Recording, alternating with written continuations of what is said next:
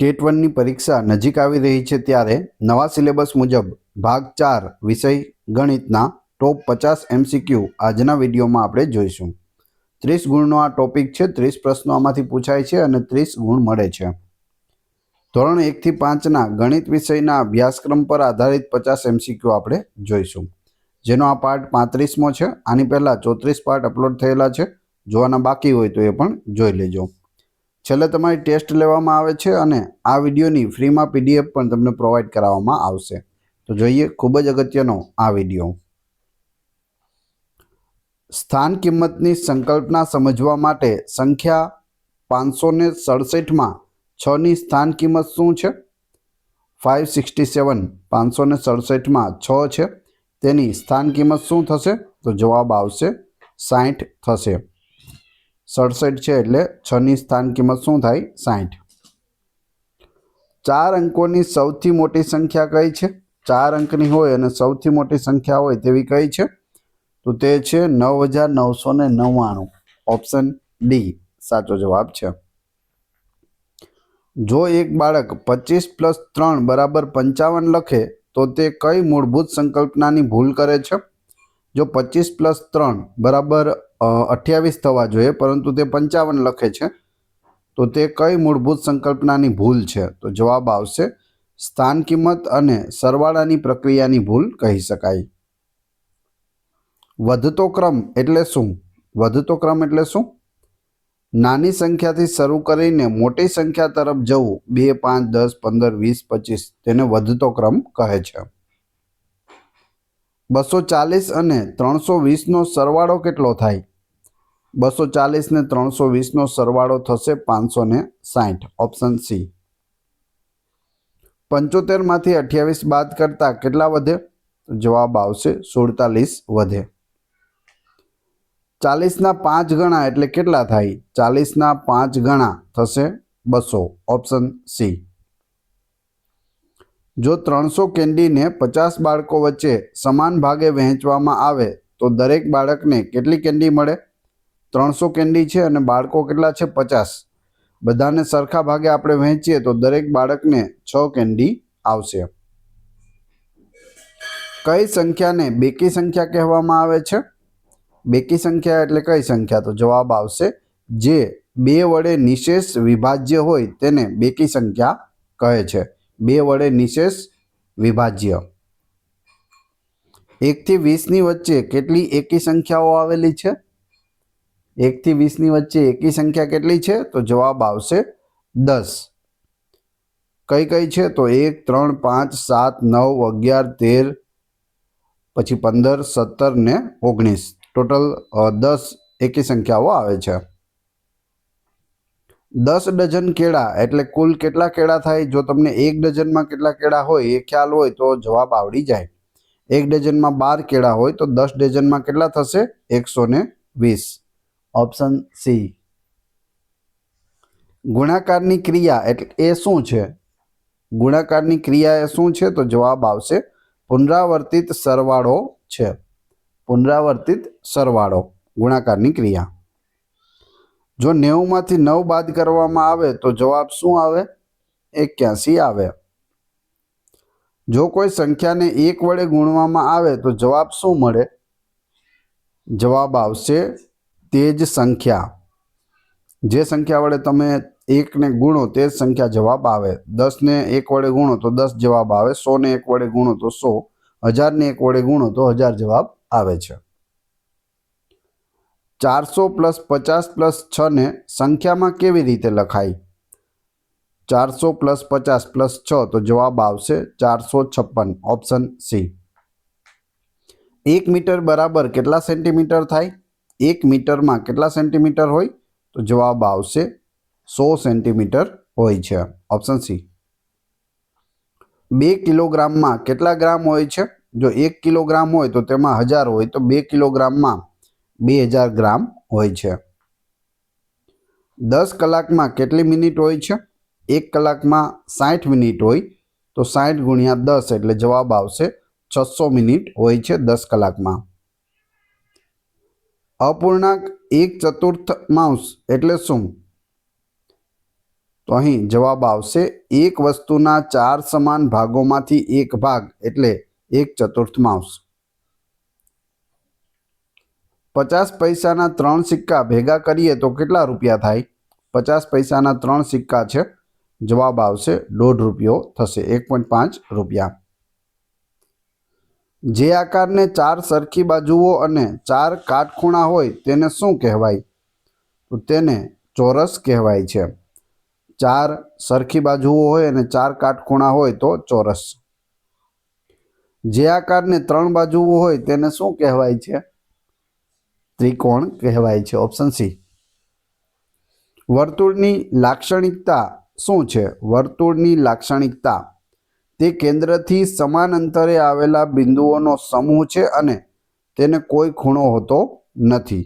વર્તુળ શું હોય? તો વર્તુળમાં વચ્ચે એક કેન્દ્ર આવેલું હોય અને ફરતું વર્તુળ છે તેની સમાન અંતરે હોય છે અને તેમાં એક પણ ખૂણો હોતો નથી. ઘડિયાળમાં મોટો કાંટો 12 પર અને નાનો કાંટો 3 પર હોય તો કેટલો સમય થયો ગણાય? તો જવાબ આવશે 3 વાગ્યા ગણાય. એક દિવસમાં કેટલા કલાક હોય છે?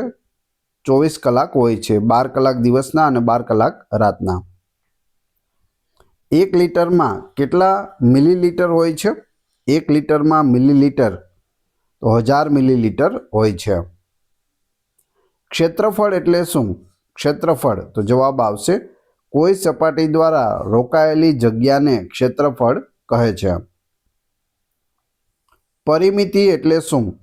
પરિમિતિ આકારની બધી બાજુઓની લંબાઈનો સરવાળો એટલે કે કિનારીની કુલ લંબાઈ તેને પરિમિતિ કહે છે. જે આકાર આપેલો છે તેની બધી બાજુઓની લંબાઈનો સરવાળો હોય તેને પરિમિતિ કહેવાય. જો ચોરસની એક બાજુની લંબાઈ 5 સેન્ટીમીટર હોય તો તેની પરિમિતિ કેટલી થાય? ચોરસ છે એટલે કે ચારે બાજુ સરખી હોય તો એક બાજુની લંબાઈ 5 સેન્ટીમીટર હોય તો બધી બાજુની લંબાઈ છે તે 5-5 સેન્ટીમીટર હોય તો જવાબ આવશે 20 સેન્ટીમીટર થાય. 5 × 4 = 20. એક ડઝનમાં કેટલી વસ્તુઓ હોય છે? એક ડઝનમાં 12 વસ્તુ હોય છે. કઈ ગાણિતિક ક્રિયાનો ઉપયોગ વજન માપવા માટે થાય છે? વજન માપવા માટે જે ઓપ્શન આપેલા છે તેમાંથી કિલોગ્રામ અને ગ્રામનો ઉપયોગ થાય છે. 2 રૂપિયાની નોટ અને 5 રૂપિયાનો સિક્કો મળીને કુલ કેટલા રૂપિયા થાય? તો કુલ 7 રૂપિયા થાય છે. આધારભૂત જ્ઞાન તરીકે ગણિતનું શિક્ષણ શા માટે જરૂરી છે? આનો જવાબ જોઈએ તે પહેલાં વિડીયો પસંદ આવી રહ્યો હોય તો લાઈક અવશ્ય કરી દેજો અને ચેનલ ઉપર નવા હોય તો ચેનલને સબસ્ક્રાઈબ કરવાનું ના ભૂલશો. જવાબ આવશે દૈનિક જીવનના વ્યવહારો જેમ કે ખરીદી, માપન, સમય અને તાર્કિક વિચારસરણી માટે ગણિતનું શિક્ષણ છે તે આધારભૂત જ્ઞાન ગણવામાં આવે છે. જો 8માંથી 4 બાદ કરીએ તો કઈ પ્રક્રિયાનો ઉપયોગ થયો ગણાય? તો બાદબાકી એટલે કે તફાવત શોધવાનો ઉપયોગ થયો ગણાય. 1/2 વત્તા 1/2નો સરવાળો કેટલો થાય? 1/2 વત્તા 1/2. 1/2 એટલે 1ના 2 ભાગ એટલે અડધું પ્લસ અડધું જવાબ આવશે 1. Option C. બેકી સંખ્યાની પેટર્નનું ઉદાહરણ કયું છે?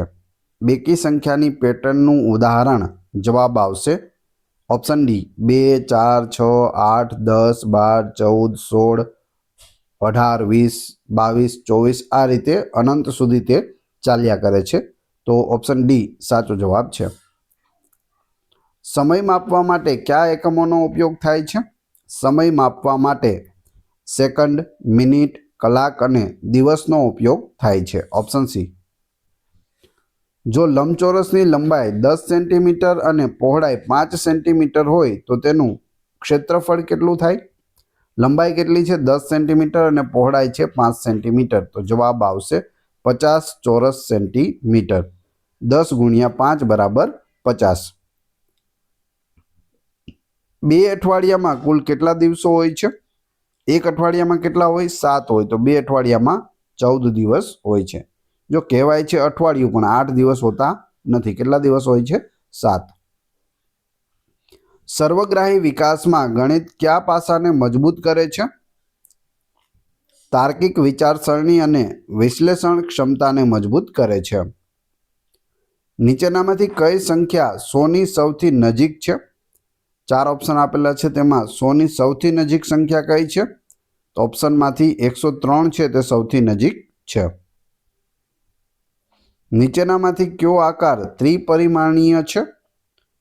જવાબ આવશે ઘન અથવા ગોળો છે તે ત્રિપરિમાણીય છે. જો તમારી પાસે 50 રૂપિયાની નોટ હોય અને તમે 25.50 રૂપિયાની નોટબુક ખરીદો તો તમારી પાસે કેટલા પૈસા બાકી રહે? 50 રૂપિયા હતા, તેમાંથી 25.50 ગયા તો કેટલા વધે? જવાબ આવશે 24.50 રૂપિયા. Option C. ભાગાકારમાં શેષ શું દર્શાવે છે? જે શેષ હોય તે શું દર્શાવે? તો ભાગાકાર કર્યા પછી બાકી રહેતી રકમને શેષ કહે છે. Option C. 9 ગુણ્યા 0નો જવાબ શું આવે? કોઈ પણ વસ્તુને 0 સાથે ગણીએ તો શું જવાબ થઈ જશે? 0 થઈ જશે. 9 હોય કે કોઈ પણ સંખ્યા હોય એને 0 વડે તમે ગુણો તો 0 જવાબ આવે. સમય માપવા માટે પ્રાથમિક ધોરણોમાં કયા સાધનનો ઉપયોગ કરવો યોગ્ય છે? સામાન્ય ઘડિયાળ અને કેલેન્ડરનો ઉપયોગ યોગ્ય છે. 1 કિલોગ્રામ બટાકા અને 1 કિલોગ્રામ કપાસમાં કોનું વજન વધારે હશે? 1 કિલોગ્રામ બટાકા છે અને 1 કિલોગ્રામ કપાસ એટલે કે રૂ છે, તો જવાબ આવશે બંનેનું વજન સમાન હશે, કેમ કે બંને 1-1 કિલોગ્રામ છે. જો એક લાઇનમાં 10 બાળકો હોય તો 5મા સ્થાને ઉભેલા બાળકની આગળ કેટલા બાળકો ઊભા હશે? એક લાઇન છે, એમાં 10 બાળકો છે, તો એમાં 5મા ક્રમે જે બાળક ઊભું છે તેની આગળ કેટલા બાળકો હશે? તો 4 બાળકો હશે. Option B. ડેટા હેન્ડલિંગનો સરળ અર્થ શું છે? ડેટા હેન્ડલિંગનો સરળ અર્થ થશે માહિતી એકત્રિત કરવી, તેનું આયોજન કરવું અને ચિત્ર અથવા કોષ્ટક દ્વારા રજૂઆત કરવી. 35 પછી તરત આવતી એકી સંખ્યા કઈ છે? 35 પછી એકી સંખ્યા આવે છે 37. Option D. હવે તમારી ટેસ્ટ, જે આપણે વિડીયો જોયો તેમાંથી તમને અહીં પ્રશ્નો પૂછવામાં આવે છે, જેનો જવાબ તમારે ક્રમશઃ કમેન્ટ બોક્સમાં આપવાનો છે, જેથી તમને ખ્યાલ આવે તમને કેટલું યાદ રહે છે. પરીક્ષામાં આવો પ્રશ્ન પૂછાય તો તમને જવાબ આવડે છે કે નહીં. એ પછી આપણે પીડીએફ વિશે પણ વાત કરીશું. પ્રશ્ન 1, સમય માપવા માટે કયા એકમોનો ઉપયોગ થાય છે? 4 ઓપ્શન આપેલા છે, જવાબ કમેન્ટ બોક્સમાં આપી દેજો. 2, 4 અંકોની સૌથી મોટી સંખ્યા કઈ છે?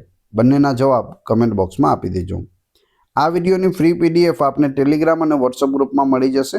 બંનેની લિંક ડિસ્ક્રિપ્શનમાં આપેલી છે, તમે ત્યાંથી ફ્રીમાં જોડાઈ શકો છો. વિડીયો પસંદ આવ્યો હોય તો લાઇક, કોમેન્ટ, શેર અને સબસ્ક્રાઇબ કરવાનું ના ભૂલશો. આ ચેનલ ઉપર ઘણા બધા વિડીયો અવેલેબલ છે. તમે ચેનલના નામ ઉપર ક્લિક કરી વિડીયોમાં જઈ બધા જ લેટેસ્ટ વિડીયો જોઈ શકો છો. Thanks for watching my video.